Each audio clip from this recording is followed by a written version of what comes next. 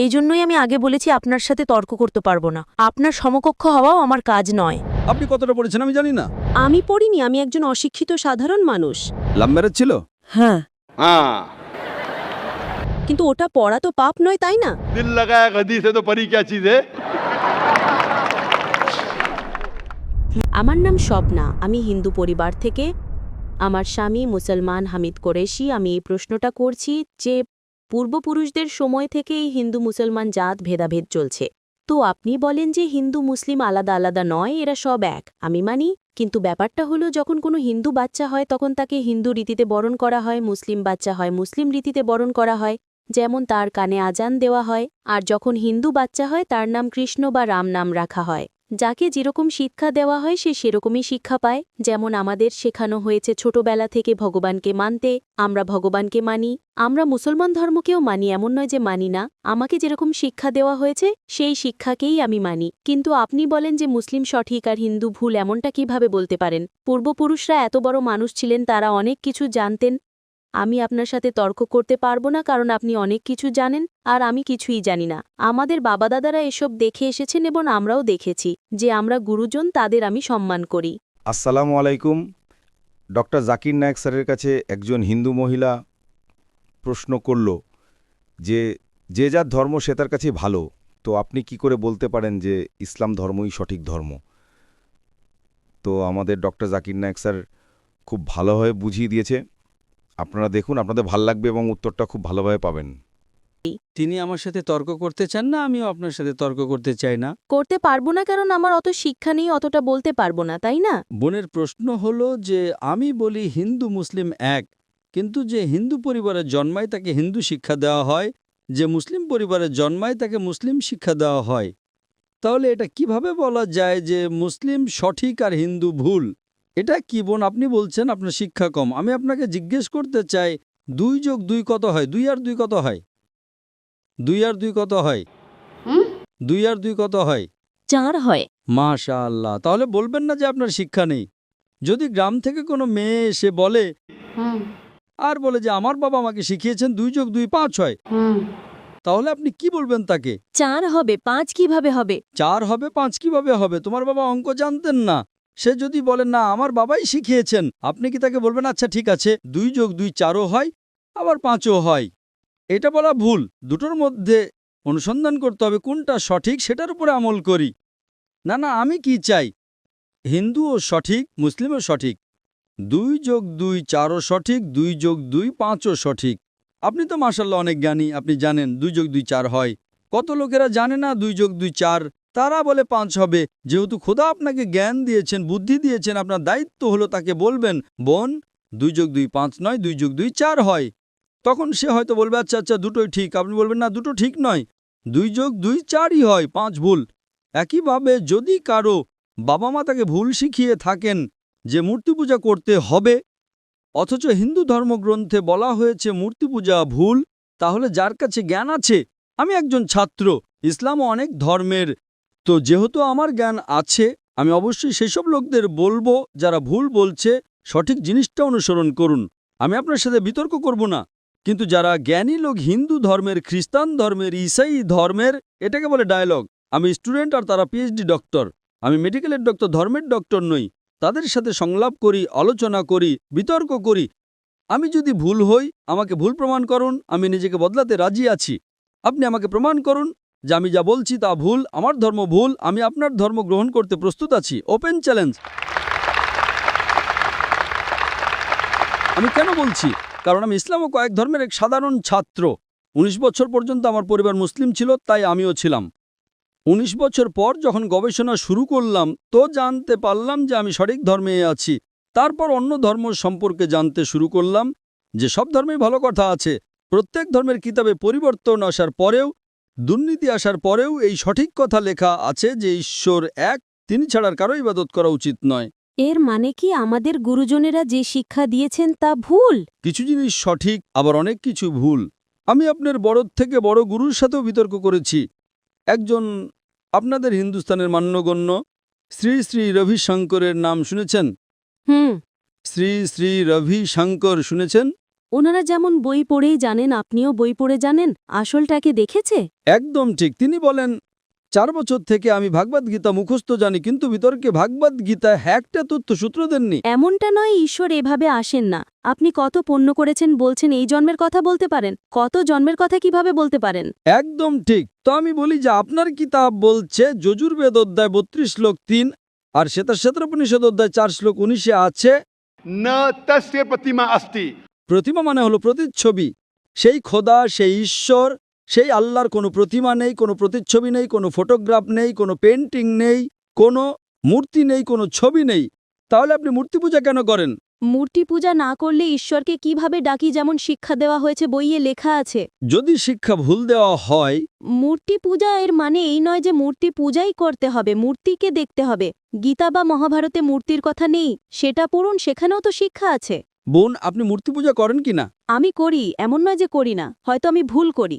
যদি আপনার বন্ধু বলে 2 যোগ 2 5, তাহলে আপনি তাকে শুধরে দেবেন কিনা? হ্যাঁ, শুধরে তো দিতে হবে। আমিও চাই আপনাকে সঠিক পথ দেখাতে।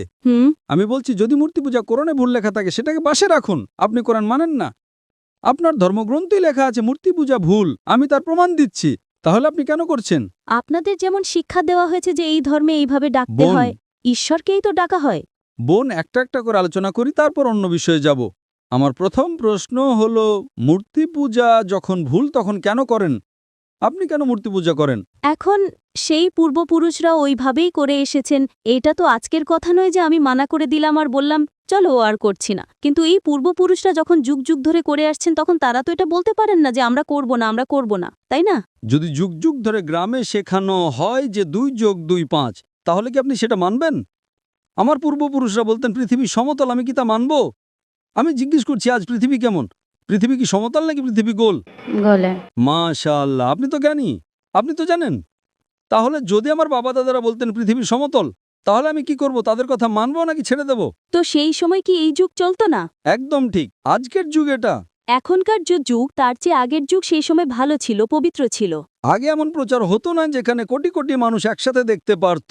আজকের প্রচারে এখানে লক্ষ লক্ষ মানুষ জমা হয়েছে, লক্ষ লক্ষ মানুষের সাথে টেলিভিশনে কোটি মানুষ দেখছে।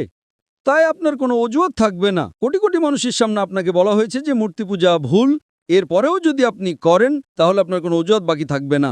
মূর্তি পূজা ভুল আপনার কোরআন শরীফে যেমন লেখা আছে, আমাদের গীতা মহাভারতেও লেখা আছে, কিন্তু ওটা পড়া তো পাপ নয়, তাই না? আমি কখন বলেছি যে গীতা পড়া ভুল? আমিও গীতা পড়ি, আমি বাইবেলও পড়ি, আমি ইহুদিদের কিতাবও পড়ি, আমি বেদও পড়ি।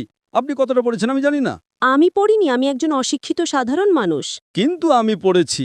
হ্যাঁ, এই জন্যই আমি আগে বলেছি আপনার সাথে তর্ক করতে পারবো না। আপনার সমকক্ষ হওয়াও আমার কাজ নয়। হ্যাঁ, তো আমি আপনার সাথে তর্ক করছি না, আমি শুধু অনুরোধ করছি। কিন্তু আমি এটা বলতে চাইছি না, আমাদের পূর্বপুরুষরা যা করে এসেছেন সেটা কি ভুল? এজন্যই তো বললাম, আমার পূর্বপুরুষরা বলতেন যে পৃথিবী সমতল, দুনিয়া সমতল। আমি সেই পূর্বপুরুষদের কথা কি মানব? আমি পূর্বপুরুষদের সম্মান করব, তারা আমার বড় ছিলেন, আমার বাবা দাদা ছিলেন। সম্মান করার মানে এই নয় যে তাদের সব কথা মানতে হবে। যদি আমার পূর্বপুরুষরা বলতেন 2 যোগ 2 5, তাহলে কি মানব? না। আমি শ্রদ্ধার সাথে আচরণ করব, আমি তাদের গালি দেব না, আমি তাদের অসম্মান করব না, ভালোবাসার সাথেই বলবো, কিন্তু বলবো যে আপনি ভুল। হুম। আর যদি নাও বলি, অন্তত আমার জীবনে সেটার ওপর আমল করব না। হুম। আমি জিজ্ঞেস করতে চাই যে যখন আপনার ধর্মগ্রন্থ বলছে আপনার স্বামীর কিতাব, হুম। আপনি তো আপনার স্বামীকে বিয়ে করেছেন, তাই না? হ্যাঁ। লাভ ম্যারেজ ছিল? হ্যাঁ। हाँ ঠিক ছিল না ভুল ছিল সেটা অন্য কথা, কিন্তু যখন আপনি আপনার স্বামীকে এত ভালোবাসেন, আপনার স্বামী আপনাকে ভালোবাসেন কিনা? হ্যাঁ। করেন তো? হ্যাঁ। আমি আমার স্ত্রীকে খুব ভালোবাসি, আমি আমার স্ত্রীকে সবচেয়ে বেশি ভালোবাসি। আপনার স্বামী আপনাকে ভালোবাসেন, তিনি কি চান না যে আপনি জান্নাতে যান? না। আপনি কি চান যে আপনার স্বামী জান্নাতে যাক? যাক কি না? হ্যাঁ। তাহলে আমি জিজ্ঞেস করি, যদি একটা গাড়ি থাকে আর সেই গাড়িটা যখন চলে, তার একটা চাকা সাইকেলের আর আরেকটা চাকা ট্রাক্টরের, গাড়িটা চলবে কি? না। চলবে না, ভারসাম্যহীন। এজন্য আমাদের দেখা উচিত কোনটা একটা সঠিক। 4 টায়ার যদি লাগিয়ে দেয় সাইকেলের, তাহলে হয়ে যাবে হাতগাড়ি। যদি ট্রাকের টায়ার লাগাই, হয়ে যাবে ট্রাক। তাই আমাদের এটা অনুসন্ধান করা উচিত।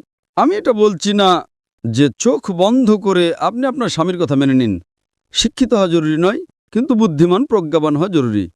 আমাদের শেষ নবী মোহাম্মদ সাল্লাল্লাহু তিনিও নিরক্ষর ছিলেন, কিন্তু সবচেয়ে জ্ঞানী ছিলেন। তো আমি আপনাকে জিজ্ঞেস করছি, যখন স্পষ্টভাবে আপনার বইয়ে হিন্দু ধর্মগ্রন্থে এবং কোরআনে লেখা আছে, তখন আপনার পূর্বপুরুষরা যদি ভুল কথা বলতেন, তাহলে কি আপনার সেই ভুল জিনিসের ওপর আমল করা জরুরি? না। তাহলে আপনি কেন মূর্তি পূজা ছাড়েন না? আপনি বলেন আপনি আপনার স্বামীকে ভালোবাসেন কিনা সেটা একটা প্রশ্নচিহ্ন। এটা বাহ্যিক ভালোবাসা। সত্যিকারের ভালোবাসা হলে আমি চাইবো যে এই দুনিয়াতেও এবং আখেরাতেও আমার স্ত্রী আমার সাথে থাকুক। আপনি কি চাইবেন না যে আপনার স্বামী আপনার সাথে থাকুক? চাইবেন কি না? হ্যাঁ। তাহলে আপনি কি এটা অনুসন্ধান করবেন না যে কে সঠিক, আপনার স্বামী নাকি আপনি? কারণ আপনার হিন্দু ধর্মগ্রন্থ লেখা আছে এটা হারাম। ইয়া। তাহলে আপনি কি মূর্তি পূজা ছাড়তে প্রস্তুত? হ্যাঁ। মাশাআল্লাহ। আপনি কি মানেন যে খোদা এক? হ্যাঁ। আপনি কি মানেন মূর্তি পূজা ভুল? হ্যাঁ, ভুল। আপনি কি মানেন যে মোহাম্মদ সাল্লাল্লাহু আলাইহি সাল্লাম শেষ নবী? হ্যাঁ, হ্যাঁ। মাশাআল্লাহ। এর মানে আপনি মুসলিম? হ্যাঁ, হ্যাঁ। স্বামী মুসলমান হলে স্ত্রীও মুসলমানই হয়। কি? স্বামী মুসলমান হলে স্ত্রী মুসলমানই হয়। স্বামী আছে তাই মুসলমান এমনটা সবসময় জরুরি নয়, উল্টোটাও হয়। স্ত্রীও স্বামীর পরিবর্তনের কারণ হয়ে যায়। কারণ একটা প্রবাদ আছে, আমি বলবো সঠিক নাকি ভুল। दिल लगाया गदी से तो परी क्या चीज है। তো ভালোবাসা অন্ধও হয়। আমার উর্দু অতটা ভালো নয়, সব কবিতা পাবলিকের জন্য নয়। তো আমি বলতে চাই, আপনি তো বিয়ে করেছেন, ভালোবেসেছেন, কিন্তু বাস্তবে আপনি যদি মূর্তি পূজা ছাড়তে প্রস্তুত থাকেন, এক খোদাকে মানতে প্রস্তুত থাকেন এবং এটা মানতে প্রস্তুত থাকেন যে মোহাম্মদ সাল্লাল্লাহু আলাইহি সাল্লাম শেষ নবী, তাহলে আপনি নিজেকে মুসলিম বলতে পারেন।